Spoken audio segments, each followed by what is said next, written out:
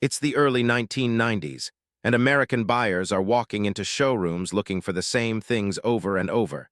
Tight build quality, great fuel economy, and a sense that the car was designed as a whole, not assembled from whatever parts happen to be available.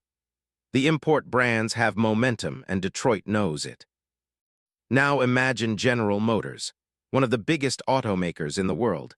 Deciding the way to fight back isn't with another facelift, another rebate war, or another badge swap. Instead, GM decides to start over. Not just a new car, a new company. And for a while, that gamble worked so well that it created something the modern car business almost never produces. A true cult following around an American compact car.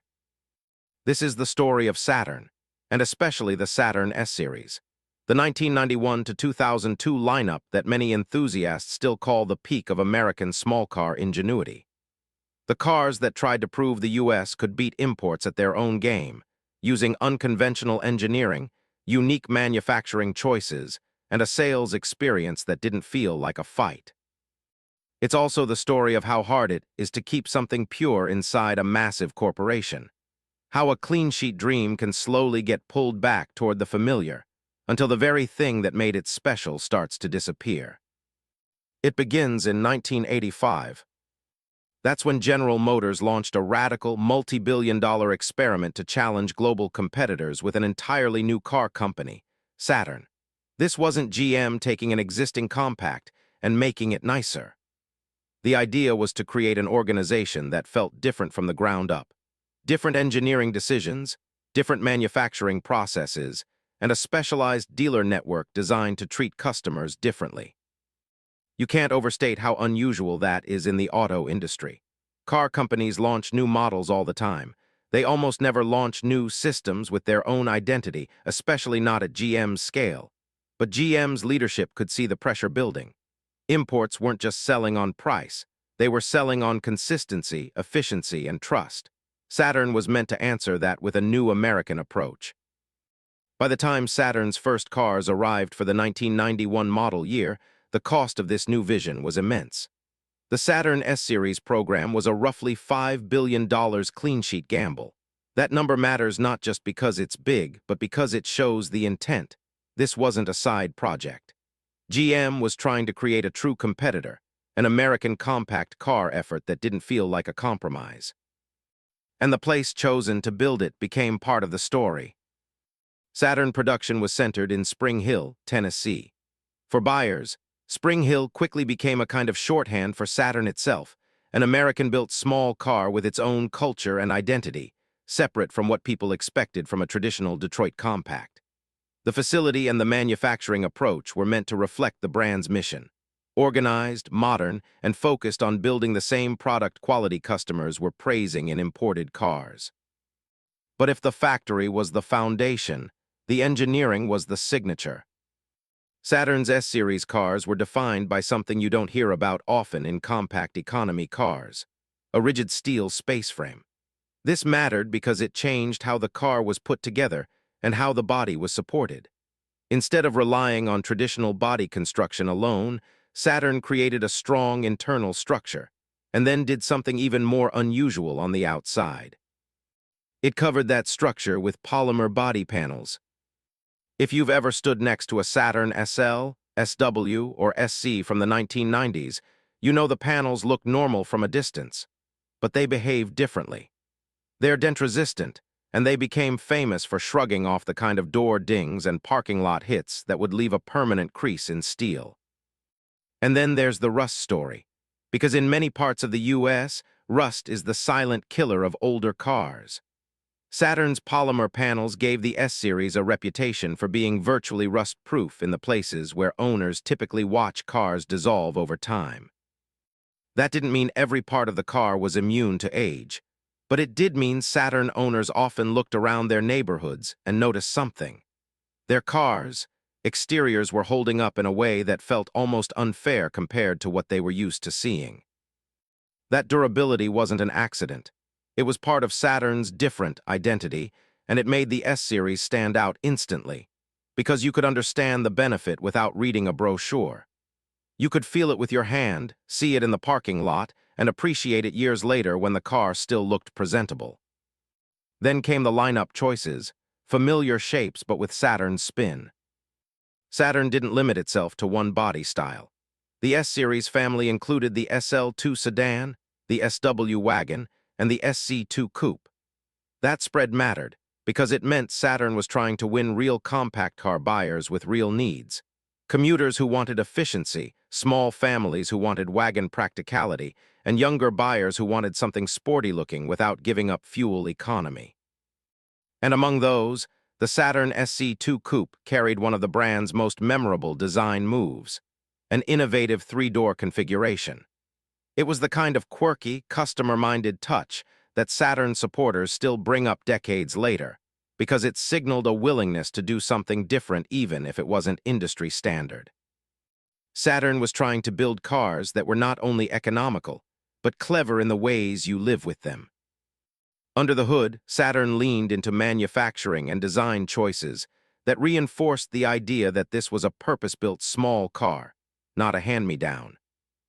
The S-Series delivered fuel economy that reached around 40 miles per gallon, an important number in the compact market, and a major selling point in an era when efficiency was a battleground. A key part of that story was Saturn's 1.9-liter engine, produced using lost foam casting. Lost foam casting isn't just trivia. It's a window into the mindset behind the S-Series.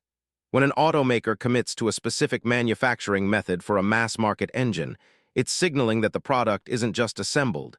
It's engineered with a particular goal and a particular identity. Saturn wanted a compact powertrain that fit its mission, efficient, modern, and competitive. And the S-Series wasn't a one-off. It ran from 1991 through 2002, more than a decade in which these cars became a familiar sight on American roads, quietly building a reputation for being lightweight, reliable, and inexpensive to run. But here, where the Saturn story becomes something bigger than a car review, because the hardware was only half of what Saturn was selling. The other half was the way Saturn tried to change the relationship between a car company and a customer. At the center of that was Saturn's no-haggle pricing. For many buyers, especially those exhausted by the traditional dealership negotiation experience, this was a shock, in a good way. Saturn aimed to remove the adversarial feel from the transaction. The price was presented as the price. You didn't have to win your deal. You didn't have to wonder if the person who walked in after you got a better number just because they argued longer. That kind of sales approach doesn't just change paperwork.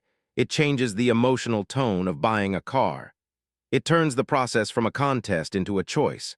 It asks the product and the brand experience to speak for themselves. And Saturn didn't stop at the point of sale. The company leaned into owner relationships and community building in a way that became famous. In 1994, Saturn held its Homecoming event, and it became a symbol of what the brand had built. Owners didn't just show up because they wanted a free souvenir. They showed up because they felt like they were part of something. That kind of enthusiasm, owners traveling, gathering, celebrating a car brand, was and still is rare. People are loyal to trucks. People are loyal to sports cars. But a cult loyalty around an American compact economy car, that's almost unheard of. Yet Saturn pulled it off, at least for a while. There's a reason enthusiasts look back on the S-Series era like it was a special moment. The cars were competitive. The engineering was genuinely unconventional in visible, practical ways. The sales model was built to reduce friction and increase trust, and the company's events and messaging gave owners something to identify with. It felt like the brand had a backbone.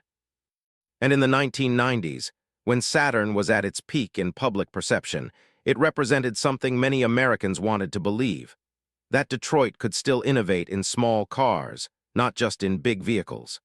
That American engineering could still surprise people.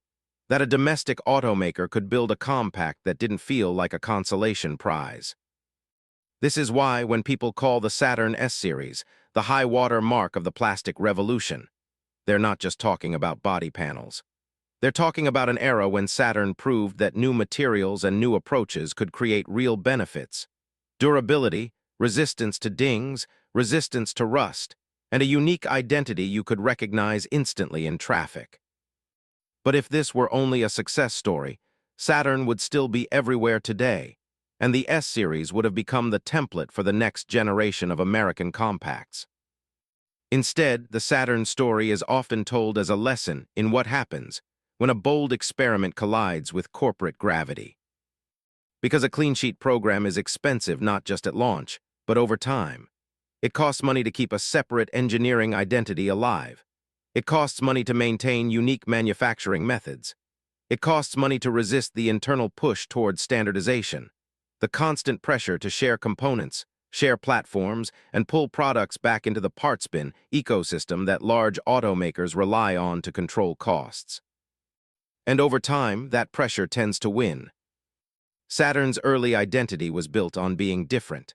But the more you rely on corporate commonality, on parts sharing, on familiar solutions, on good enough engineering borrowed from elsewhere, the harder it becomes to defend what makes the brand special. This is the painful pivot Saturn fans talk about, the shift away from the original, purpose-built character and toward parts bin engineering. Not because parts sharing is automatically bad, most modern cars share components, but because Saturn's promise wasn't just a good compact. It was a different kind of car company. And when different starts to fade, the entire emotional contract with the buyer changes. That's what makes Saturn's story uniquely sad. It's not simply that a model was discontinued. It's that an idea that was clearly executed in the S-Series, proved it could work and still couldn't stay protected long-term. By 2002, the Saturn S-Series run came to an end. And when people look back at that date, it doesn't feel like just a production milestone. It feels like the end of the purest Saturn era, the end of the lineup most closely tied to the original experiment. Because the S-Series wasn't just Saturn's first major product success.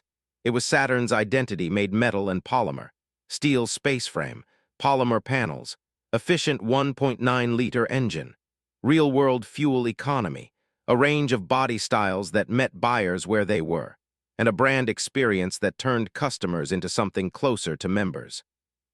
Even now, decades later, the legacy is visible.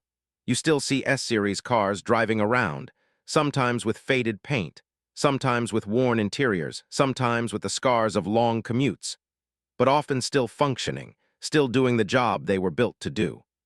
In some regions, you'll still see them looking oddly intact on the outside compared to other cars their age, because those panels resisted the kind of decay that ends a lot of vehicles early. And that's a big part of why Saturn remains so easy to talk about. The cars didn't disappear overnight. The memory didn't either. If you talk to people who own them, the praise tends to be consistent. These were lightweight, reliable cars with a practical kind of ingenuity. They weren't trying to be luxury cars. They weren't trying to be performance icons. They were trying to be smart, efficient, durable transportation, sold in a way that didn't make you feel like you'd been through a boxing match just to sign the papers. In the broader American automotive story, Saturn's early years stand out because they show what happens when a company commits to a full reinvention. Not a marketing campaign, not a new badge, a reinvention that touched engineering, manufacturing, and retail. And in that sense, Saturn's rise is as important as its decline because it answers a question people still ask today. Can a legacy automaker truly start fresh? Saturn proved that it could, at least temporarily. It proved that a domestic compact could have a distinct personality, real material innovation, and a customer experience designed around trust rather than pressure. The hard part was sustaining it. In the end, what remains is a kind of automotive what if. What if Saturn's original formula, clean sheet engineering, unconventional materials, and a customer-first retail approach, had stayed the priority? What if the industry had treated the compact car not as an obligation, but as a canvas for innovation? Because for a while, that's exactly what Saturn did. And that's why the Saturn S-Series still gets talked about the way it does. Not as a forgotten economy car, but as a symbol of a moment when American small car design dared to be different, when polymer panels and a steel space frame weren't gimmicks, but part of a coherent plan to build something durable, efficient, and competitive. A plan that brought people together, created loyalty you could actually see, and left behind cars that, somehow, are still out there, still rolling, still reminding everyone that this experiment was real. And maybe that's the most haunting part of the Saturn story. The proof is still on the road.